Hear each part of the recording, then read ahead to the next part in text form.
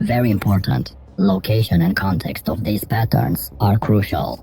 A continuation pattern is only useful if there's an existing trend to continue, and a reversal pattern needs a trend to reverse. Also, be aware that we can sometimes see what we want to see, so it's important to stay objective and don't rely too much on patterns. No pattern is foolproof, and they will fail a lot. It's often easier to spot them after the fact. Textbook patterns are rare in real life, so be prepared for price spikes and fake breakouts. Fibonacci retracements are one of the most popular tools in technical analysis, and they work best when the market is trending.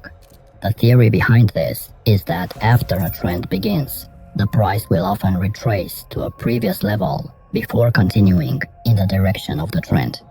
To find these Fibonacci levels, you need to identify recent significant swing highs and lows.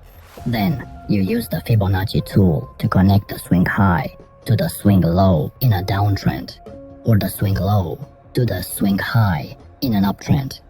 The idea is to buy when the price retraces to a Fibonacci support level during an uptrend, and to sell when the price retraces to a Fibonacci resistance level during a downtrend. Choosing the correct price swing is crucial when using Fibonacci retracements. Focus on larger time frames and avoid using the tool on very small price moves, as the levels will be too close together to be reliable. The best Fibonacci retracements are those that are easy to spot on a chart without having to look too hard. Now let's talk about supply and demand zones. These areas are formed when big market players are placing large quantities of orders. A demand zone is where buyers are likely to step in and start buying, causing the price to go up. A supply zone is where sellers are likely to enter and start selling, causing the price to go down. In theory, if price returns to certain supply and demand zones, it has a high probability of rejecting these areas. This is how to mark supply and demand zones on your charts. First things first, you'll need to identify the overall trend. Next, look for significant turning points in the price action.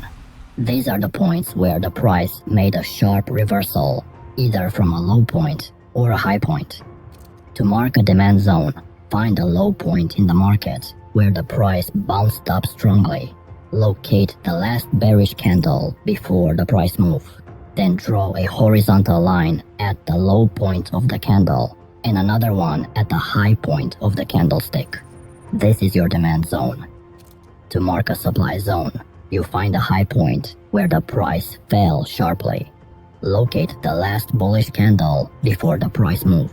Draw a horizontal line at the high point and another one at the low point of the candlestick. And this is your supply zone.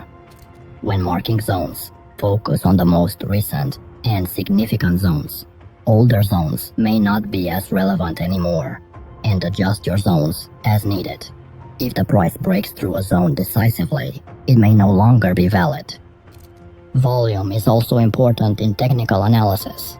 It basically tells you how much trading activity there is in a given period. When volume is high, it means there are a lot of market participants involved in the move, including the smart money, the big players who bring the most turnover.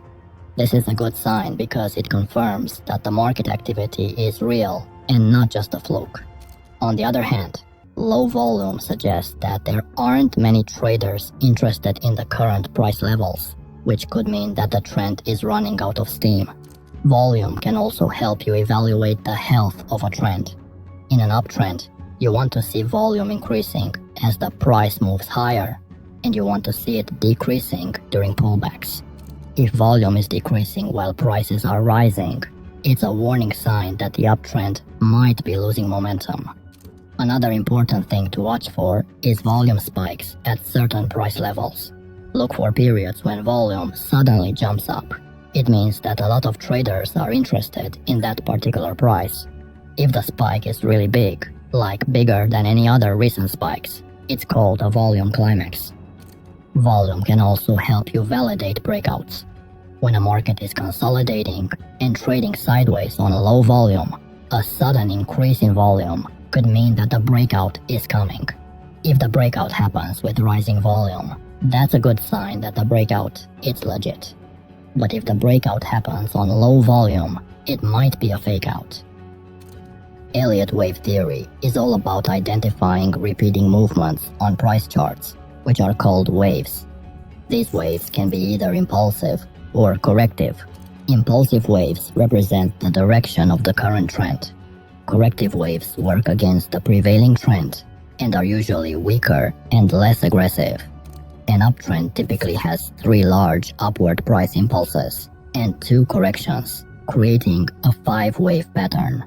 This uptrend is then followed by 3 waves lower, an impulse down, a correction to the upside, and another impulse down.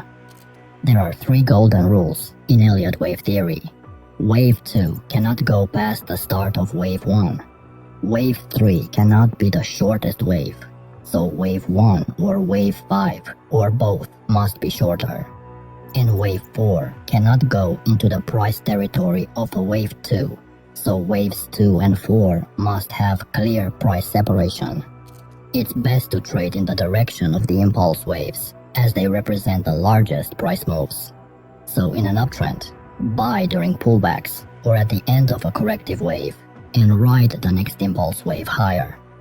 In a downtrend, sell at the end of a corrective wave to profit from the next impulse wave down. Now let's talk about market gaps. A gap happens when the price jumps higher or lower from the previous price, leaving an empty space between the 2 prices. This happens because of an imbalance between supply and demand. An up gap forms when a candle's low price is higher than the previous candle's high price. A down gap is the opposite. The high price is lower than the previous low price. Gaps show that something significant has changed in the fundamentals or the psychology of the market participants. There are 4 main types of gaps. First, we have common gaps. These gaps are normal, small, and happen fairly often. They usually get filled quickly and don't provide much insight. A gap fill is when the price action retraces to the level before the gap. Breakaway gaps occur when the price breaks out of a trading range or congestion area. They need market enthusiasm and a significant increase in volume to happen. If the volume increases when the gap occurs, it means the new trend has a good chance of continuing. Runaway gaps happen in the middle of a strong trend and show that the trend is accelerating. They're a sign of increased enthusiasm and usually happen with high volume. Exhaustion gaps occur near the end of a strong trend, and they're often followed by a sharp reversal in the opposite direction. Exhaustion gaps are usually filled quickly, signaling the end of the trend. Technical analysis relies heavily on trading indicators to show various aspects of price activity. These indicators can be divided into 4 main categories: trend following, momentum, volume, and volatility. Trend indicators like VWAP and moving averages measure the strength and direction of a trend.